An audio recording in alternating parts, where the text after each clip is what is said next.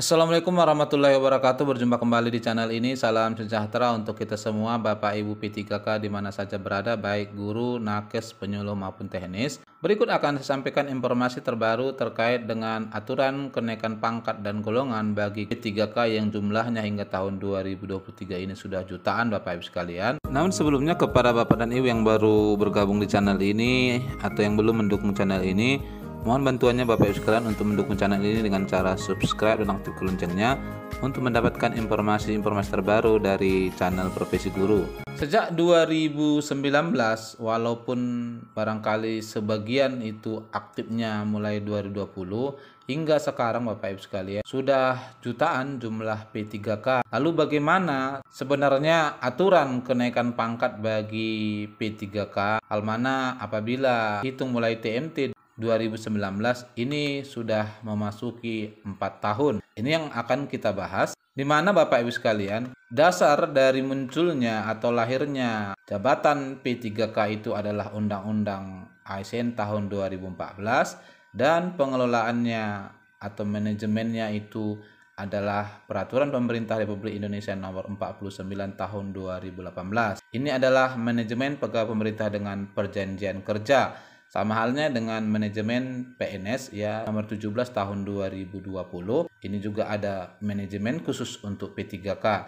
Nah, kalau kita telusuri di sini Bapak Ibu sekalian, untuk peraturan pemerintah nomor 49 ini terkait dengan kenaikan pangkat dan golongan bagi P3K, dasarnya adalah di pasal 5 ayat 2 Undang-Undang Dasar Negara Republik Indonesia, kemudian Undang-Undang nomor 5 tahun 2014. Jadi ini adalah cikal bakal lahirnya jabatan P3K. Namun kalau kita telusuri lebih jauh terkait dengan kenaikan pangkat dan golongan ini, agak minim informasinya disebutkan di sini Bapak Ibu sekalian. Bahkan kalau kita telusuri ini di halaman 48 terkait penilaian kinerja, almana ini biasanya untuk PNS itu dipergunakan untuk kenaikan pangkat. Di penilaian kinerja disebutkan di sini pasal 35, penilaian kinerja P3K bertujuan menjamin objektivitas prestasi kerja yang sudah disepakati. Kemudian yang kedua, penilaian kinerja sebagaimana dimaksud pada ayat 1 dilakukan berdasarkan prinsip kerja tingkat individu dan seterusnya.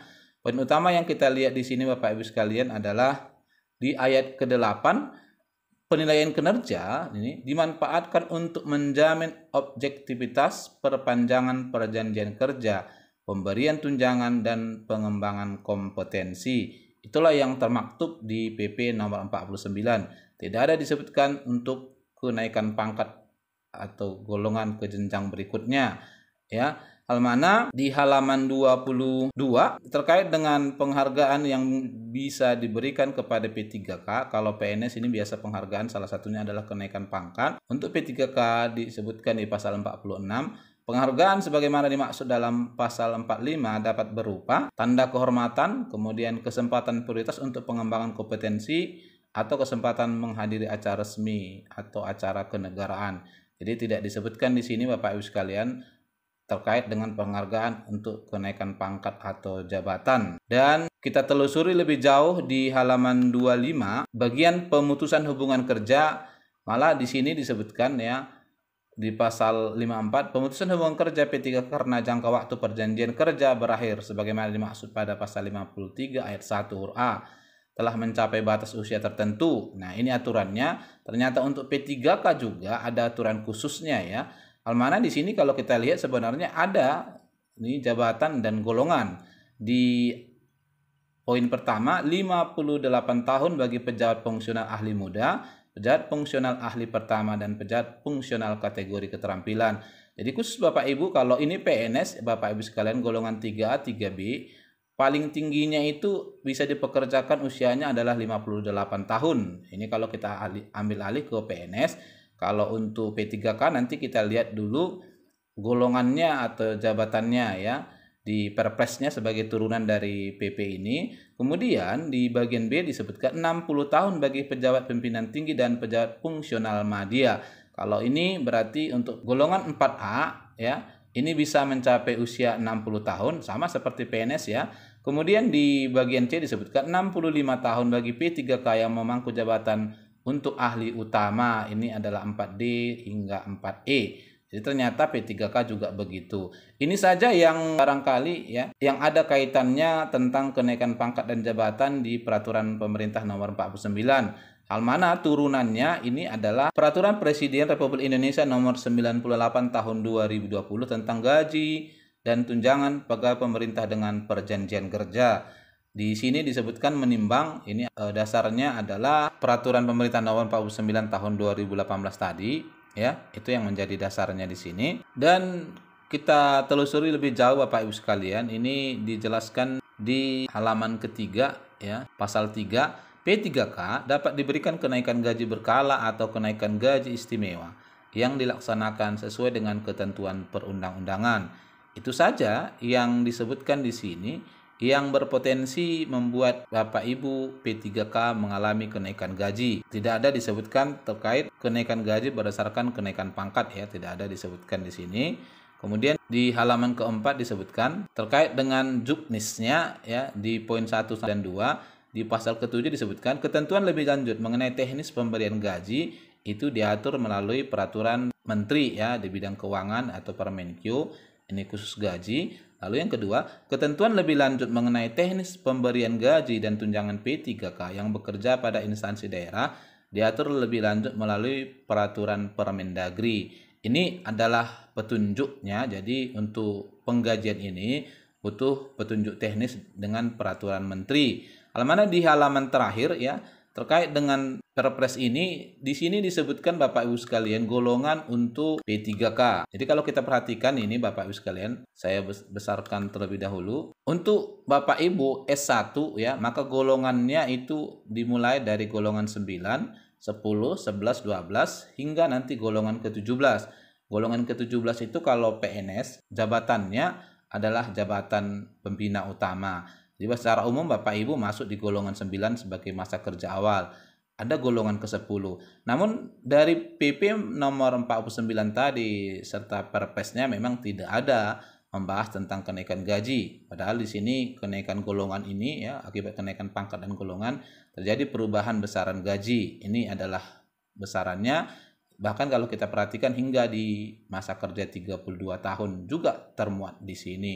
Nah, kita akan lihat dulu aturan Permendagri ya. Ini adalah Permendagri nomor 6 tahun 2021 tentang teknis pemberian gaji dan tunjangan pegawai pemerintah dengan perjanjian kerja. Ini merupakan turunan dari Perpresnya tadi. Ya, di mana di sini di halaman 1 disebutkan bahwa menimbang untuk pelaksanaan Perpres nomor 98 tahun 2020 tadi dan seterusnya. Ini adalah dasarnya. Kemudian terkait dengan penambahan gaji P3K, di sini disebutkan di halaman ke-7 Bapak Ibu sekalian, ayat ke-8, perekaman atau perubahan elemen data dari P3K sebagaimana dimaksud pada ayat 1 untuk kenaikan gaji berkala atau kenaikan gaji istimewa meliputi keputusan kenaikan gaji berkala dan keputusan kenaikan gaji istimewa. Jadi di Permendagri-nya juga tidak ada disebutkan tentang kenaikan pangkat atau kenaikan jabatan dan juga perubahan gaji akibat kenaikan pangkat dan jabatan ini. Karena biasanya pangkat itu akan disusul dengan kenaikan golongan. Ini kalau kita lihat ke bawah juga Bapak Ibu sekalian tidak ada dibahas tentang itu, saya sudah telusuri. Jadi memang kalau kita perhatikan jabatan P3K ini sepertinya memang belum lengkap. Lalu di 2023 ini Bapak Ibu sekalian, ada aturan terbaru dari Permenpan terkait dengan jabatan fungsional ya. Ini Permenpan nomor 1 tahun 2023 tentang jabatan fungsional. Apakah kiranya P3K juga termasuk di sini? Itu bisa kita lihat dari dasar yang digunakan. Nah, dasar yang digunakan ini Bapak Ibu sekalian adalah pasal 17 Undang-Undang, kemudian Undang-Undang nomor 39, coba kita lihat PP nomor 49 tahun 2018, Undang-Undang nomor 5 tahun 2014, kemudian Peraturan Pemerintah nomor 11 tahun 2017 yang diganti dengan nomor 17 tahun 2020 tentang manajemen pegawai negeri sipil, kemudian Perpres nomor 47 ya, Peraturan Permenpan nomor 60. Jadi tidak ada dasar manajemen P3K yakni PP nomor 49 tahun 2018 tadi. Walaupun di sini Bapak Ibu sekalian disebutkan bahwa di pasal 1 aparatur sipil negara yang disingkat ASN adalah profesi bagi pegawai negeri sipil dan pegawai pemerintah dengan perjanjian kerja yang bekerja pada instansi pemerintah. Namun saya telusuri ini hingga di halaman terakhir tidak ada sedikit pun menyinggung tentang kenaikan pangkat, sama halnya seperti PP nomor 49, Perpres dan Permendagrinya tadi.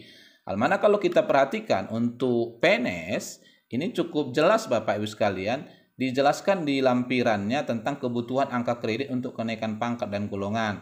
Misalnya ini untuk PNS ya, jabatan terendah guru misalnya di 3A, itu kebutuhan angka kredit untuk kenaikan pangkatnya ya adalah 50, untuk 3C ke 3D dan 3D agar naik pangkat ke 4A itu adalah 100, kemudian 4A, 4 hingga 4C itu adalah 150 dan 200. Ini jelas disebutkan di sini kebutuhannya.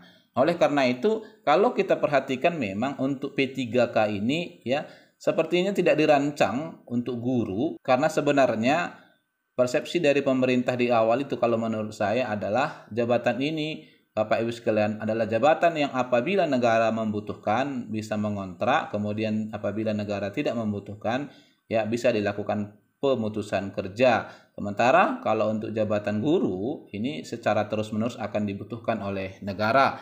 Sehingga ini memang tidak ada aturan kenaikan pangkatnya. Namun demikian, dalam proses ke depan pemerintah sedang menyusun manajemen ASN. Ya, manajemen ASN itulah nanti sebagai cikal bakal lahirnya aturan resmi terkait dengan kenaikan pangkat baik itu PNS, P3K yang berbasis kinerja.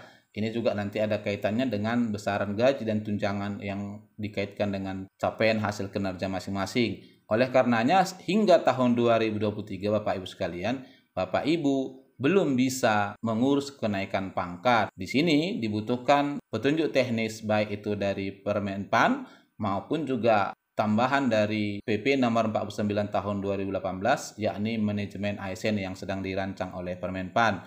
Nah, barangkali ini informasi yang bisa disampaikan. Semoga kiranya bermanfaat. Wassalamualaikum warahmatullahi wabarakatuh.